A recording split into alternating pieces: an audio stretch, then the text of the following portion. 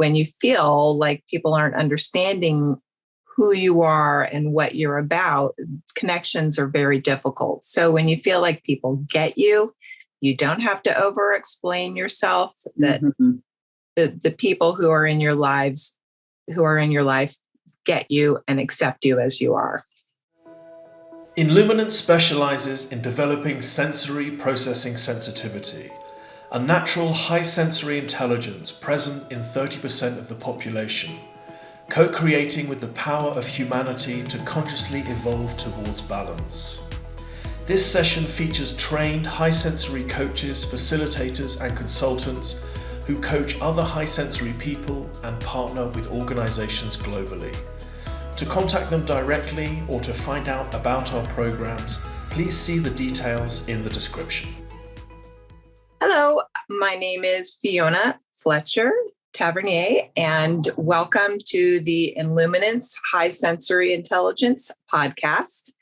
And today the topic is self-care and why self-care is important to people who have the trait of sensory processing sensitivity, also known as the highly sensitive person. So this is a really juicy topic for HSPs because we love to know all the ways that we can care for ourselves and make our lives higher quality, but also to share our lives with other people who we love and make our connections to them work better. So I just wanted to start a little bit with something I was thinking about before we started recording, which is how would we know when we're not doing self-care? And I wanted to touch really quickly on the idea of polyvagal theory. And for those of you who aren't familiar with polyvagal theory, it really discusses the difference between being in a state of sympathetic mode in your nervous system or parasympathetic mode. So your sympathetic mode would be when you're in your fight, flight, freeze, or fawn. And if you're in your parasympathetic state, you are in rest and digest, reset, heal, all those good things. So I kind of wanted to use that as a reference point when we're talking about self-care, because it really is more than just taking bubble baths and eating good food. It is really about protecting our nervous systems and keeping them in the parasympathetic state, which is when our immune systems are functioning at their best. We're getting good sleep. And one of the most important pieces of polyvagal theory that people sometimes forget is that it really has to do with how being in that state of either sympathetic or parasympathetic affects the way we connect as humans to others around us. And because we are mammals, we need to connect to other humans. So being in a parasympathetic state is the ideal for all of us. So did either of you want to start having thoughts about self-care and how you have discovered how to care for yourself as a highly sensitive person and how it's maybe improved the quality of your life? Hey, so, my name Andrea Brideau Miller. Yes, I am an HSP myself and also an HSP coach. I have about 30 years of coaching experience in different types of practices as my background. But I feel like really the most important part of my HSP coaching life is that I am an HSP and have been, of course, my whole life. So that that provides the best background setting for understanding the experience of an HSP. So, and I can be reached through the directory on the Inluminance channel if you want to contact me personally via email.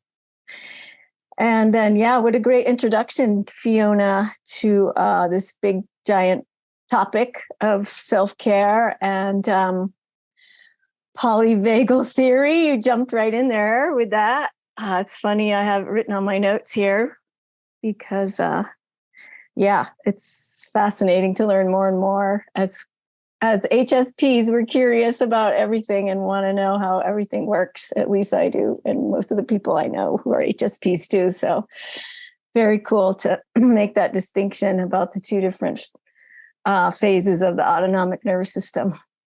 And how self-care practices help us stay more in the parasympathetic phase of our nervous system, and what causes us to get in the sympathetic fight, flight, freeze, or fawn phase. Just a couple words about that for HSPs. It can just be noise. It can be a violent movie. It can be it's being too hot, too cold, sound of somebody's voice. Sometimes even many a texture thing. So, or something smelling awful or tasting awful. It can just be a lot of different sources that get things started. And then our job as HSPs is to become aware of where we are in our nervous system as our days are going by, as the day's going by, and be able to take care of ourselves so that if we're getting overstimulated and in sensory overload, that we can start bringing ourselves back into calm and peace and good functioning, so we can make connections like Fiona referred to, especially. Super important. And remind me of your exact question, Fiona. I'm sorry, I got thrown off there. Well, I love how you were sort of listing all the sensory experiences that highly sensitive people typically have, and how they can be such small things that people who don't have sensory processing sensitivity may not even notice in their everyday lives. But for a person who has sensory processing sensitivity, these can stack up to be very overwhelming things to the nervous system. So I'm wondering if you could maybe describe for us, for example, a typical experience that you might have in your everyday life and how it may begin to make your nervous system feel overwhelmed. And then maybe give us an example of how you have learned to use self-care practices to bring your nervous system back to the parasympathetic nervous state. Sure. Great. Thanks for that direction. It helped. One thing that comes up frequently is in a full-time workplace, having a backlog or a stack of things that I need to attend to. All of them are priorities, and people are asking you, and a lot of things are depending on what your decisions are and getting your work done. And that will certainly send me and my nervous system into super overload and fight flight, if you want to refer to it as that. So things that help at work. First, I'm fortunate enough to have an office that is just for me most of the time, and that's on purpose with the help of my boss. It's not by accident. And I'll shut my door and shut my eyes, and just shutting my eyes for 30 seconds, since 80% of our sensory input comes in through our eyes, helps a ton to just decrease the sensory input. And then work on some breathing, maybe some box breathing, a 4-part breath, counting to 4 with the inhale, hold for 4, exhale for 4, hold for 4, and just circling around the box a few times. And that is proven to help stimulate the ventral part of the vagus nerve, which puts us in our parasympathetic rest and digest mode, and then start back at the tasks at hand, I guess, with a better sense of calm. Mm. Oh, I love that. So, and what I'd really love for you to describe to people from your perspective is, for you, what is the difference between using those tools that you know can bring you back to your parasympathetic state? And if you don't have those tools, what is the difference for you in terms of how available you are for your coworkers or other people in your life? Yeah, great question too. I will say right away that my body language changes, and my patience for listening disappears. I want answers quick. I won't let people connect with me because I'm thinking I probably don't have a lot of space for it at that moment. Outcomes of interactions with others aren't optimal. And I always end up feeling, I wish I'd been more balanced, centered, calm to be at my best so the best outcome could happen. Yeah, that's the way it goes. I just love that, because it sounds like what you're describing is, you're taking a few extra minutes, a few extra moments in your already busy day to do these breathing techniques and other things that are working for you. And typically when you're in a really busy state at work, you might think, I don't have time to do that. I really got to get these tasks done. Mm-hmm. But it sounds to me like, in fact, what you're saying is it increases your productivity, your ability to communicate with your coworkers, and it makes you really just a better person in the workplace and a more productive person in the workplace, so that it's really time well invested in doing these small, simple things. Absolutely. Absolutely, Fiona. Yeah. I write better emails when I'm calm too. Oh, and you know what this really makes me think of is, the concept that we are all connected, right? Like we think that we are alone and individuals, but really we are all connected. And everything we do when we're communicating and interacting with other people in the world, every interaction that we do, has repercussions. And, if you're unkind to somebody, then that person might be in a bad mood and be unkind to another person, and on it goes. But what you're really doing is you're making sure that you're keeping your connections with other people positive, and therefore putting out, more positive energy into the world and keeping us all connected. I just love that. Yeah, beautifully said. Yeah, can I chime in on that?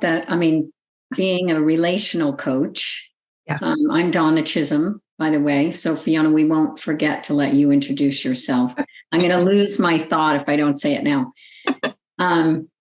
So actually, before I give my intro to explain who I am, I just want to say that connected piece as a relational coach, for one of the things in terms of motivation and to keep going and doing, a lot of the challenging work that we do to improve ourselves, meet ourselves with more compassion, more grace, be in healthier relationships. I feel like, for one, being a coach, I make sure that I have time like this with fellow HSP sisters here, that I can have time to process my stuff with others, so I can show up very clear with my clients, as well as when I'm doing my own work, I'm a better mother, I'm a better friend, I'm a better coworker, I'm a better dog owner, mommy, all those things. He's one of my self-care things. So, but no, that is really helpful. And it's especially working with couples or individuals or even families. Like I point out that whatever way that each individual piece is showing up for themselves, with grace, compassion, tending to their needs, then that sets a whole foundation of greater support, greater intimacy, greater connection. So that's just a different view of what you were sharing, both of you, about, connection. We are all connected together in some way.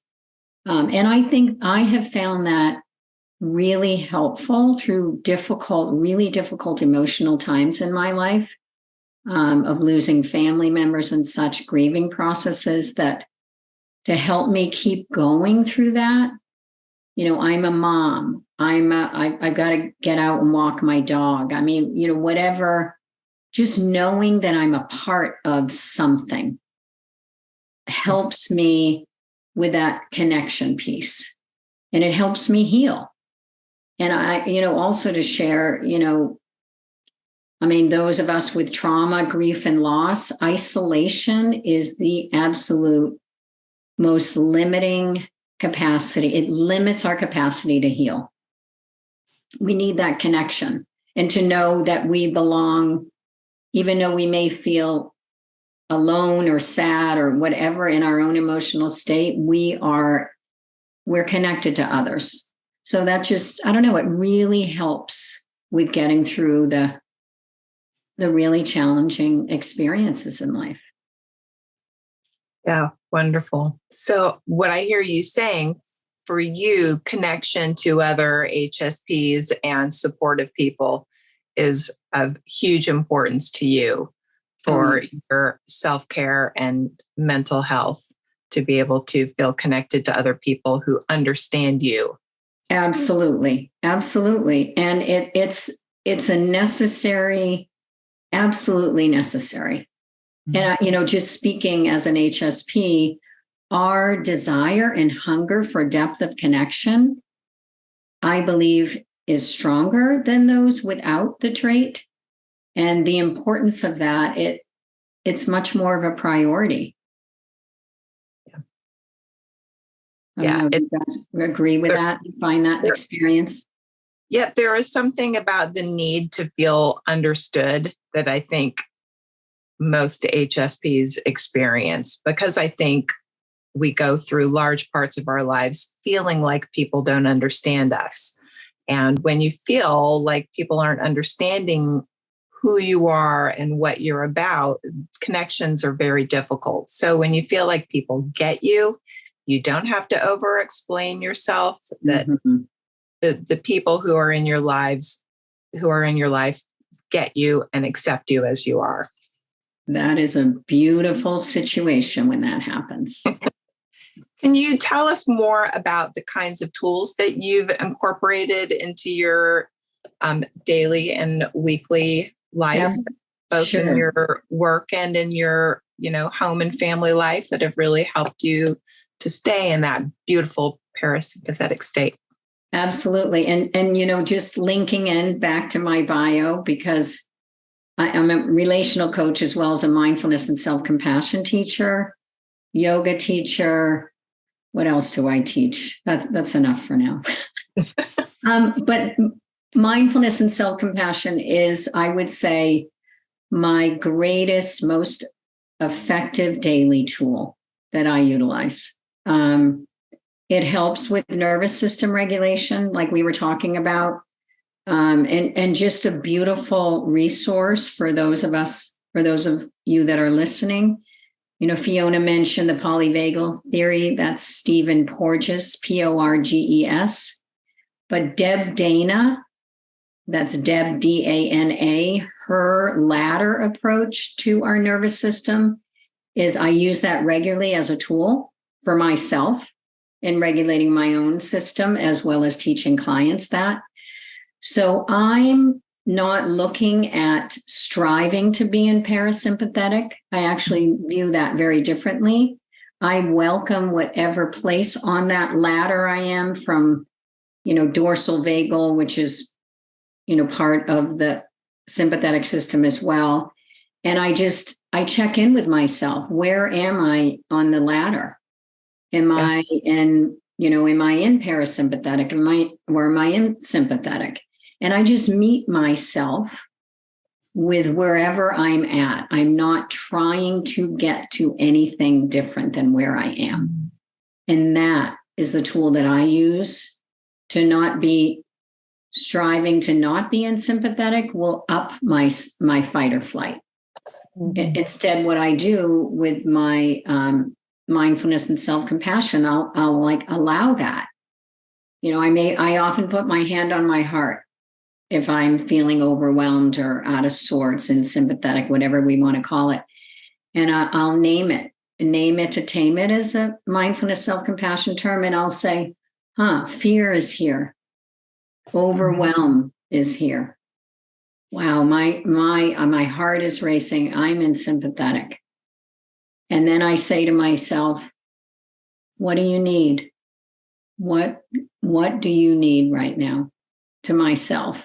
And that could be, if I'm in sympathetic, I often need to move. I need to get out and move my body. So to sit and try to meditate when I'm in sympathetic, fight or flight is not appropriate.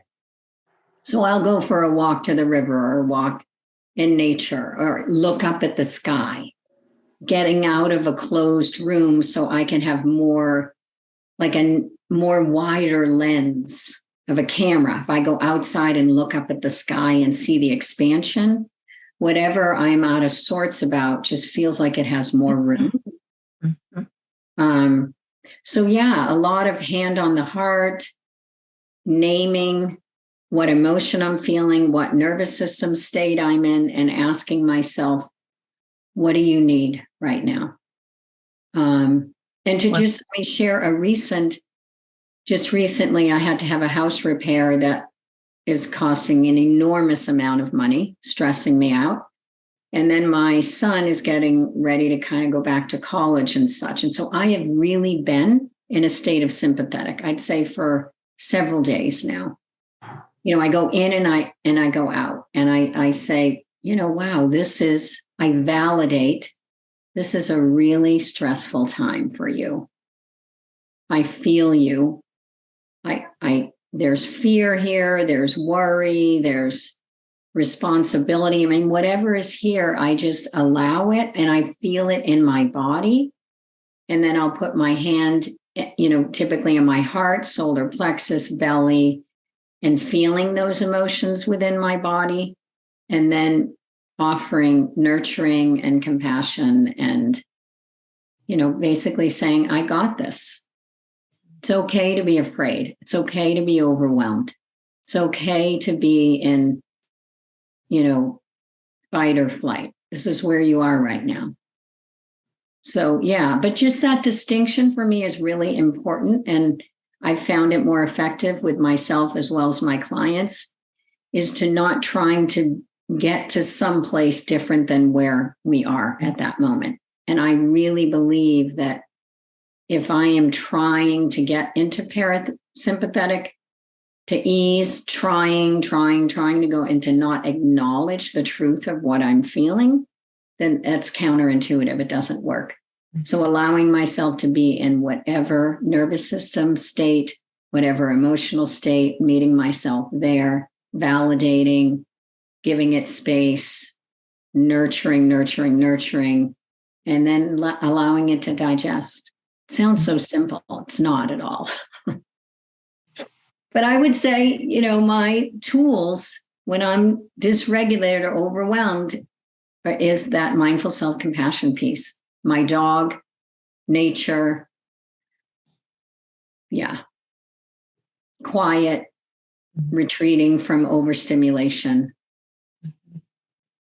Yeah, this is perfect. That's exactly what I was going to ask you is, could you give us a window into a moment of your life where you're experiencing stress and how that goes for you being in your body and noticing that you're having the somatic experience of stress and what you're doing to move yourself through that state.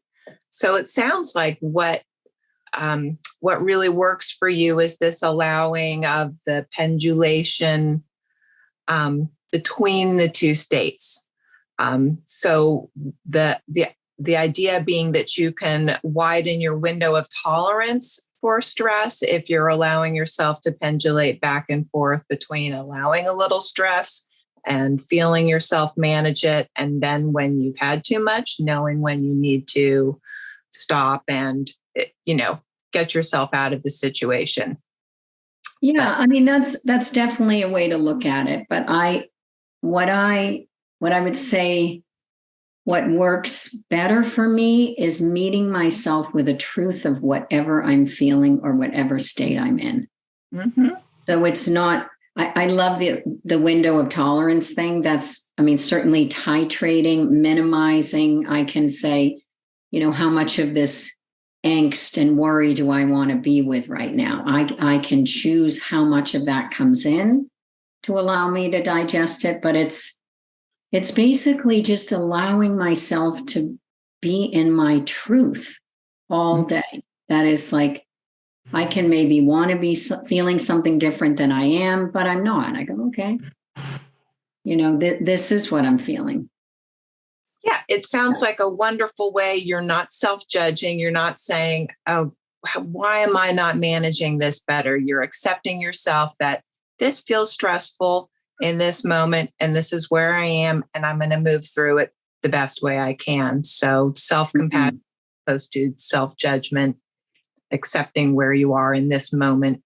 Yeah. And a lot of something that came up working with a client yesterday was a lot of anticipation of, anticipating things not going well or it being too hard, like being afraid, anticipating the emotional response to a challenging life experience.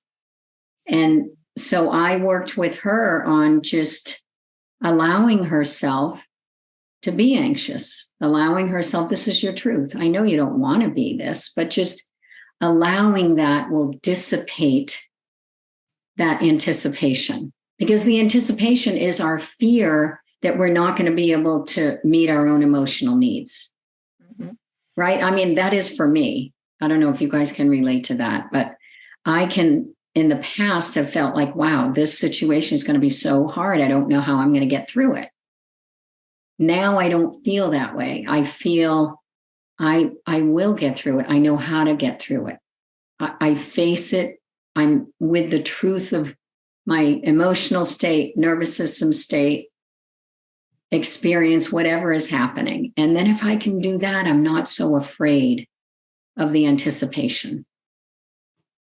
Yeah, there's a lot going on with your self-talk that is managing your own experience, right? Keeping your self-talk the way you would speak to your own coaching clients, right? Like you're speaking with compassion to yourself inside your own head, the same way you would somebody you're trying to guide and care for, which is lovely. Yes. And, and the embodiment somatic stuff, which also ties into the nervous system regulation, is where am I feeling emotions, feelings in my body? Where am I feeling that? Tending to that, allowing my body to digest it. So that helps too. It's a combination of, the self-compassion could be self-talk. And then it's that, wow, where am I feeling this in my body? How can I assist my body in digesting and releasing this? Yeah. Sorry, go ahead. Hey, just a couple words. What I keep hearing in this conversation is Donna is super self-aware. Oh. And I think that's kind of a general terminology with it that is something that's critical for HSPs to have good well-being, is just monitoring yourself. Yes. And having those tools you spoke about. And I think the validation's an important piece. I have to say, I don't always have time to sit and go into that. And I think the more you practice, probably the faster you get at it and the better you get at it. But and just staying in tune with those things throughout the day. And for some of us throughout the night when we're having nervous system dysregulation, when we're trying to sleep. And and asking yourself what you need and being aware of the possibilities of tools that are out there to help yourself and what works for you. And if that one you chose isn't quite working, we're going to go try this other thing. And just being aware that you need it to do it yourself, really, and that you can decide what it is that you need to do. I also think it helps to have, for HSPs, somewhat of a daily routine of self-care. Like, I know by experience, if I don't do some sort of meditation in the morning, it just sets the day off in already a hypervigilant state for me. And if I can start with a little more grounding and self-compassion, for sure, that the day seems to have more ease to it. And I feel ready. I think that's a big part of it as well. So just knowing that I have made time for that is important. My family knows that. They know how important it is. Yeah. This is wonderful because, again, you're describing the difference between what a day looks like for you when you take the extra time to start out and care for yourself at the beginning of the day versus what the day may look and feel like if you don't invest that amount of time. Mm-hmm. And for you, what is that amount of time in the morning that you invest in yourself that's a little bit extra? How much time do you spend on yourself? It's generally meditation, yoga is an hour probably for myself. And if I can't fit it in the morning, I try to fit in pieces through the day. It's just sort of maintenance level of my self-care, I guess. And then when things are more intense for me, I have other self-care things that I do. I spend a lot of time out in nature.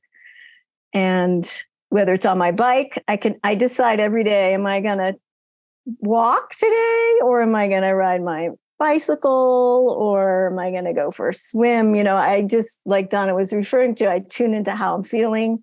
What do I need today? I don't want to add more stress by forcing myself to go do something that I'm not really not ready for, or it's not going to help me. And that takes time to develop within yourself what you need, I think, too. I wasn't raised having anyone ask me what I needed. Maybe people are nowadays, but in our generations, I'm thinking not so much. And just learning what does help you is pretty important. So I'm wondering for both of you, if you could think about, like, overall in your life, what is the difference between your ability to connect to other people in your life who you care about when you are practicing self-care versus maybe before you learned your current self-care practices? Have you noticed a shift in your connections with other people? What's that experience like for you? Do you want to start, Andrea? Sure, thanks. I would say it's night and day difference. When I can show up fully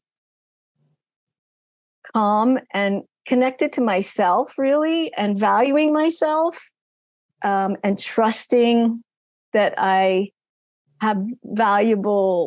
my energy is valuable in this situation, and I belong and I'm worthy. Those are all things I battled with my whole life until I started doing more self-care and learning more about being an HSP.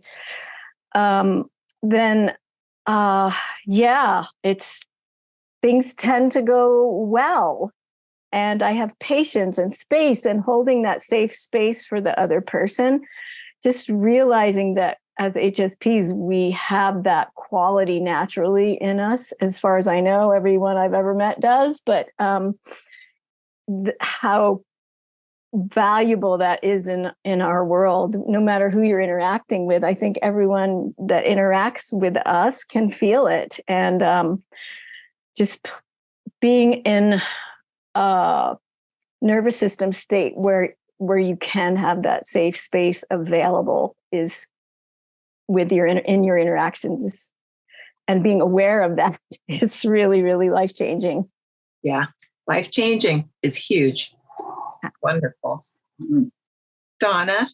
Yeah, I mean, you mentioned, I don't know whether you use the term presence, Andrea, but just, our capacity as HSPs to hold that space for others and really be present without being distracted or, being in our own world, but like a zone in presence. And that's something that I value about myself tremendously. But in order for me to have that stamina for that presence, I need really good sleep.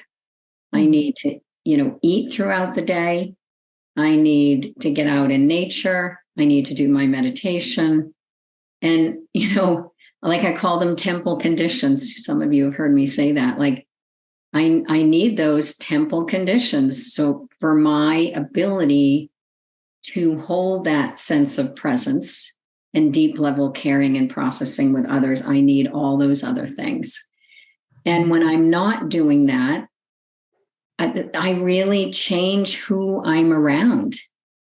That might be me being with myself, or it might be, am I up for that person's energy today with how I'm feeling? And it may be, someone high energy and, maybe not as good at presence or listening. And I maybe, no, that's not the right person today. Or another day, it might be, just be with someone to just have fun and lightness. So I'll choose depending on, my self-care or how I'm caring for myself. I will choose who I'm going to be around. And then even last night, my son, we had something that we had to work out today that was kind of hard, a conflict, not with us, but with someone else. And we were both talking about it last night. And he said, Mom, we should not talk about it when we're both so tired. And I said, you're right. I'm going to bed. We'll carve out time today in the morning to do it, right? So our ability to be kind, open, curious, present people, we need those conditions to be met, right? The sleep and all the other stuff. But no, I love how you asked that question, Fiona, bringing it into relationships, right? Like how, what is the benefit of us really caring for ourselves? Everyone around us benefits, not just ourselves, but yeah. Yeah, absolutely. We are social creatures. We need connection in our lives. And there's, I think there's a lot of humor in the HSP community around how much peopling we like to do. And, how much charging of the social battery is required, on a daily basis. And, how long we can manage being at a, dinner party or, something loud. But it's all very true. The more we find ways to take care of our nervous systems, the more energy we have to connect to them. We may have people in our lives who are not HSPs. My husband is not an HSP, but he really understands how my nervous system works. Like, I explain it to him and he gets it. And when our nervous systems are not matching up, the only way it works is if I communicate around what I need, because I'm an adult and I can't expect him to read my mind and know what I need. It's my responsibility to take care of myself and articulate in a kind and compassionate way what I need to do right now to take care of my nervous system. And I'll just tell a little story about what it's like to travel with me as an HSP, because My husband and I are very different when it comes to traveling. He would like to travel all the time. And he could, if he had to, he could catch the next plane that's leaving in 2 hours and he would be ready to go and he would be packed. And I would still be like arranging all my special tools and saying, I'm not ready. I need more notice than this. But like we are so different in terms of what we need. But I get that he can go at the drop of a hat and he understands that I need more time to prepare. I need to know what's happening at the other end. Like I need all the information. And because I am able to express what I need, he can provide that for me, or he can, he can try to be a little bit more patient when he might not be feeling patient. So it's the difference between traveling, working out, and being fun, and traveling being a gigantic disaster. But that's what I have really learned. Traveling is actually one of the things where I have learned the most about my nervous system and what I need. And I actually brought a few things to share with everybody. I brought some props because that's the kind of HSP I am. I like to have little toys and props that help me in my life.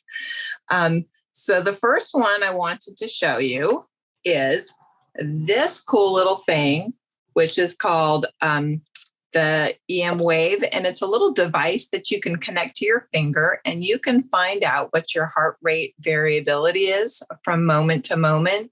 And it will show you in colors whether your heart rate is in a more rested, coherent state is what they call it, coherent versus incoherent, or whether your heart rate is faster and you're in a more incoherent state. So it's a way to train your body to get back to coherence, which is where, again, your nervous system is calmer and your immune system is functioning well, and you're probably a fun person to be around, or at least a more pleasant person to be around.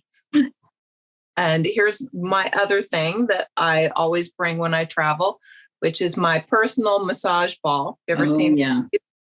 So I don't know about you HSPs, but when I travel, I have so much pain. I end up with so much head and neck and back pain. And this is the way I can give myself a self-massage. You put it against the wall and you press everything that hurts into the ball, and you can roll out your own aches and pains. And then the next thing, which for me is really important, is this little thing, which is to protect me from EMF, because I have a cell phone and I have to keep it in this because I actually can feel the EMF. And oftentimes people don't believe me, but I can feel the EMF coming off devices or the Wi-Fi. So this is a way that I have learned to protect myself from my nervous system feeling uncomfortable being around Wi-Fi too much. And it was actually something that was a huge struggle in my life.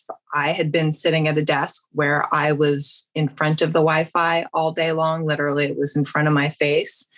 And I knew something was wrong, and I was unwell for a really long time. And it took an integrative functional doctor to help me figure out that I was sensitive to EMF.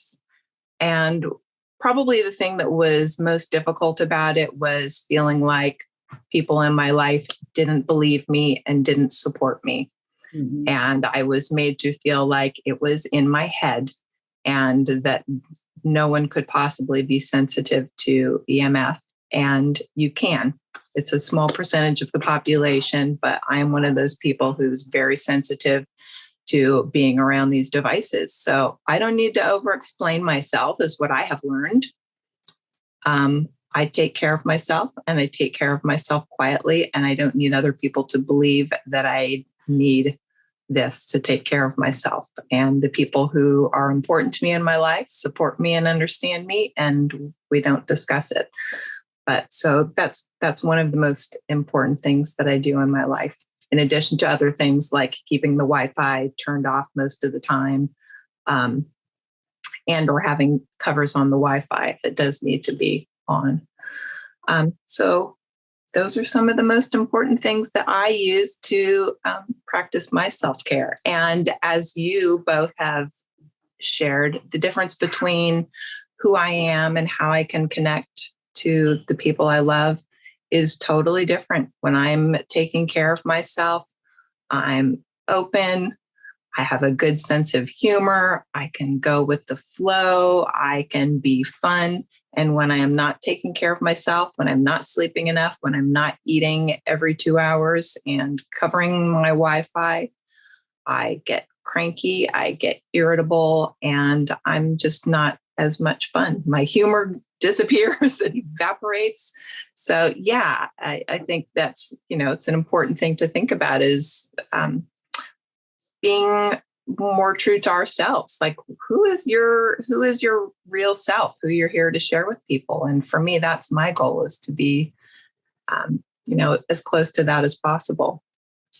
So Fiona, I have to just celebrate you, that level of empowerment and honoring yourself, like so clear. And just to reiterate, like, I don't need to explain to someone. I don't need them to understand why I need this barrier on my phone for the Wi-Fi. Like I'm just taking care of myself and doing what I need. But you're so clear and strong and warrior-like, and I love it. Oh, thank you. Yes. And, for me, it was a really important thing to learn, which is, because it could be true for anything else that's not, EMF related. It could be something else for anybody. And to feel like you don't have to explain why you need what you need is so important for us. That so you just important. Need to know what you need. You have your own internal knowing about what you need. You don't need to ask permission from other people. And I think when our children see us do this, it's also empowering for them. They know that they can ask for what they need and be empowered to care for themselves in the way that's right for them, not the same way that everybody else is doing, but the way that is, right for them. Hugely important. Yeah.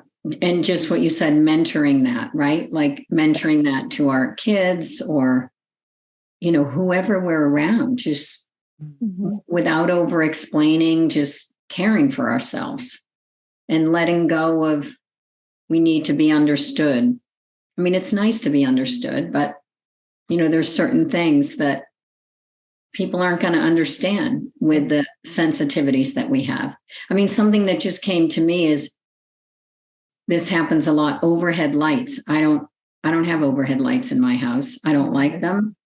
And when I go over to other people's houses, I've started to, sometimes people just, that's what they have. I wear a hat. I just bring a hat with me. I have a hat in the car and I just it's a baseball hat or, because, other times I've tried to say, hey, can, we change the light or with people that I know, but I'm not going to have them change their whole lighting system for when I come over, right? So I just get the visor hat, and it's nice because that sitting under overhead lights is really energetically draining for me. Mm-hmm. And then I can't be a good friend, good company, having dinner with people. But if I have my hat on.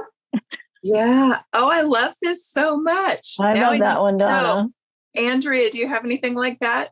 No. Well, I'm loving that hat one. I even walking around my neighborhood. So I live in a rural area with dark sky restrictions, and you're supposed to have your lights out after a certain time at night and at your house, not lights out inside, but the outside lights out. But I'll walk by houses where people have their giant megawatt overhead lights on, and I have to do this to walk by their house. I can't. And it's draining. Right on, Donna. It's totally draining. And yeah, just becoming aware that those things that other people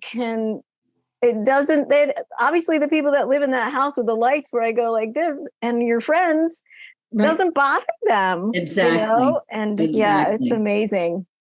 It's our world.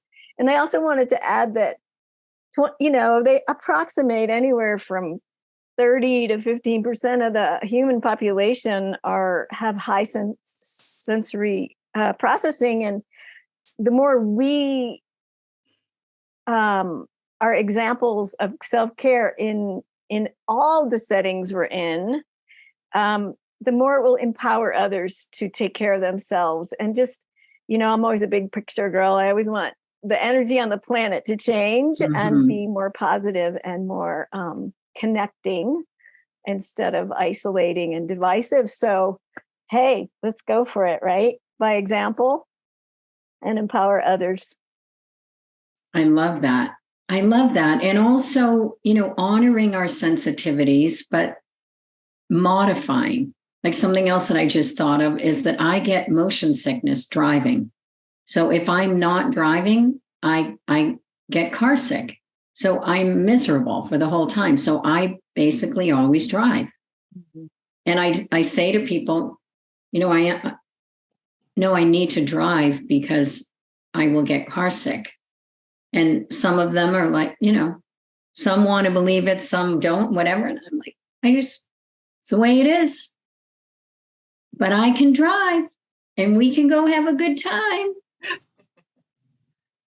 I love but this. But that is really limiting, right? Like, it's, Fiona, it's like you at your job sitting at a desk with a Wi-Fi, right? It's just like, if I get into a car where someone else is driving, I'm nauseous all day long. I feel sick. I'm no fun. So why do that?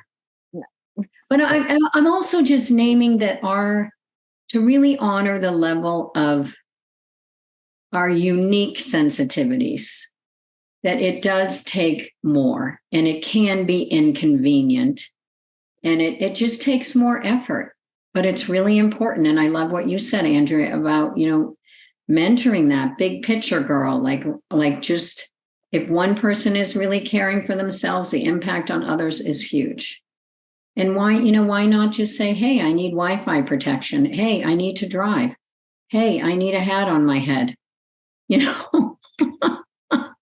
I mean, my rule of thumb is always, I need this. And is it hurting anybody else? If it's not hurting anybody else, then this is something I can ask for. I try not to inconvenience other people, but if it makes sense in the moment, then, I ask for what I need. I think it's good practice for all of us to ask for what we need in the moment. Yeah.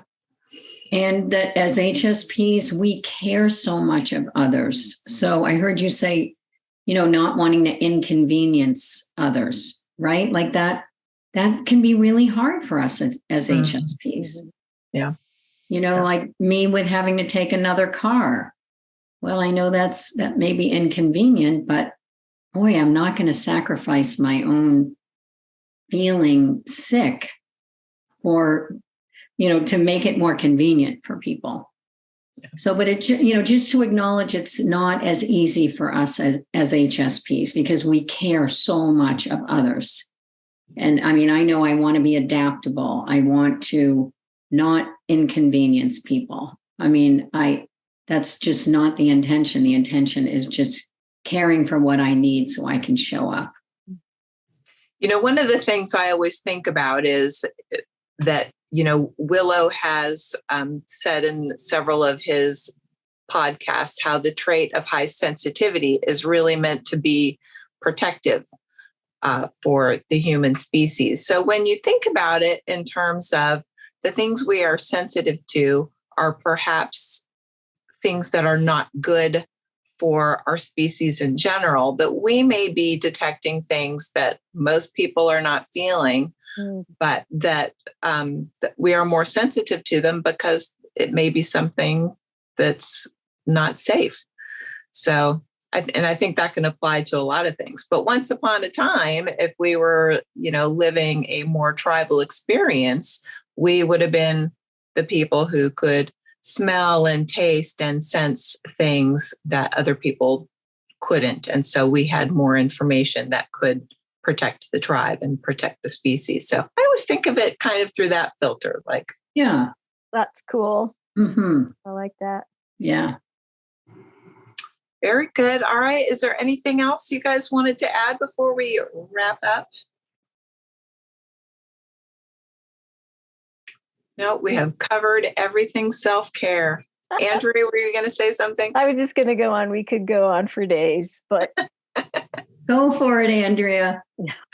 Oh, you had something to say, or you don't want to? No. I just know this conversation could go on forever. Yes. Thank you, though, for the opportunity. But I do hope all the HSPs listening to this will, after listening to this, take some time to think about what it is your nervous system is really asking for. Is your nervous system asking for more quiet, more space, more alone time, more time in nature? When we consider all the things we need and we feel better, we are better people for those who love us. So. And also, just to add to that, Fiona, and those that are not HSPs, like your husband, right, living with HSPs, just helping them understand what we need. And there is a way to work that out. Absolutely. I love that. Mm-hmm. All right. Thank you, Donna. Thank you, Andrea. It was so nice to see you today.